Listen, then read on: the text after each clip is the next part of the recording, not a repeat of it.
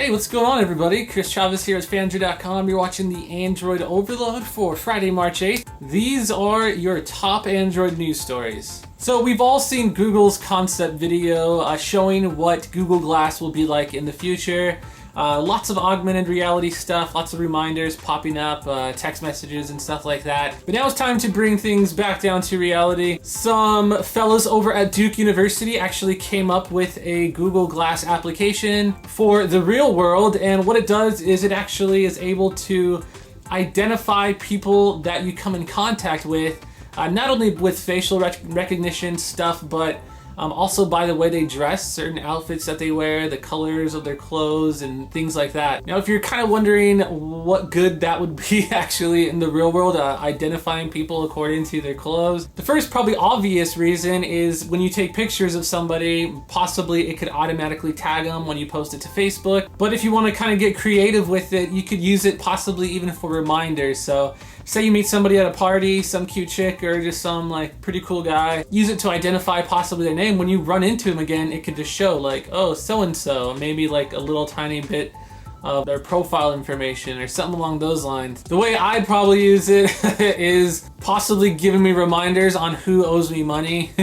So every time I run into, one of my friends or my brother, it'll say like so-and-so owes you $5, and I think that could be kind of useful. We're no doubt going to see a whole lot more from Google Glass at this year's I/O in May, and I'm pretty excited to see what these Google Glass developers have come up with. So it looks like Google could be experimenting or toying with the idea of back touch controls on smartphones and tablets. A patent filing was just made public by the US PTO, and it shows a bunch of diagrams and things where I guess the user could interact with their phone using the back of a device instead of just the front. Now I wouldn't say this is exactly totally new. If you have or you've seen the Sony PlayStation Vita, that device actually has back controls, and it kind of uses them in strange ways. Sony's method has a lot more to do with gaming than anything else. I can't really see how functional or useful that would be to use back gestures and stuff to control certain UI functions and stuff. I think it might be a little bit strange. Of course, this patent was only filed back in Q3 of 2012, and there's a good chance absolutely nothing comes out of this. Apple filed a similar patent back in 2006, and there's always a chance that this patent could just be rejected altogether. Still, it's pretty darn interesting, and it's just nice to see the Google guys always trying to think ahead. The folks over at Sam Mobile are reporting that the Galaxy S4 could use an entirely new AMOLED display, one that actually makes the phone 25% more battery efficient. Apparently this new AMOLED could be using something called green PHOLED, which stands for phosphorescence as opposed to fluorescence used in normal AMOLED. So while it doesn't really sound like much, if you combine 25% and possibly a better processor that uses less power, and maybe even a 25% increase in battery capacity, you can see where this starts adding up. I'm excited to see what Samsung has in store for the Galaxy S4. We're kind of at that point now where everything is just plateauing as far as specs go. Everything's gonna have a 1080p screen, everything's gonna be around 5 inches, everything's gonna have 2 GB of RAM. So now it's time for these manufacturers and OEMs to kind of try to think outside the box and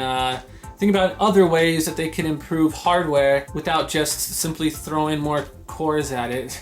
There are some rumors floating around the internet that HTC could be facing some shortages when it comes to the HTC One. According to sources close to the Taiwanese manufacturer's supply chain, HTC is having trouble finding enough components, specifically with the ultra pixel camera. And because of this, it looks like HTC might not be able to produce as many ones as they had hoped. Of course, if you're living in a pretty major area or market, like say the US, the UK, or even Europe, we should be okay. The areas affected will probably just only be the smaller markets. And keep in mind that no matter what, this is all just rumor at this point. I've read countless comments where people are like, this is just the nail in the coffin for HTC, or that there's just always something wrong. And it's just, I don't know, it's silly because we hear this a lot.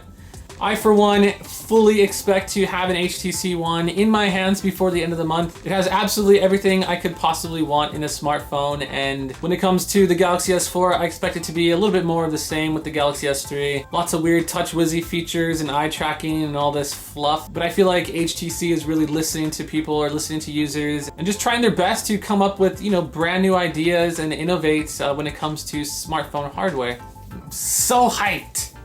Alright, so that's just gonna about wrap it up for the Android overload. Don't forget, links to all the articles I talked about in this video can be found in the description area down below. Of course, don't forget to check out the Android overload post over on Phandroid.com, where I link to a bunch of news articles and stories that didn't quite make it onto the front page of Phandroid. As always, give a little thumbs up if you feel so inclined, and don't forget to subscribe if you haven't already. It's Friday night, and I think I'm going to head out to the movies and check out Oz, the Great and Powerful. I'll be letting everybody on Twitter know how I liked it. With Phandroid.com, I am Chris Chavez. Thank you guys so much for watching. See you Monday.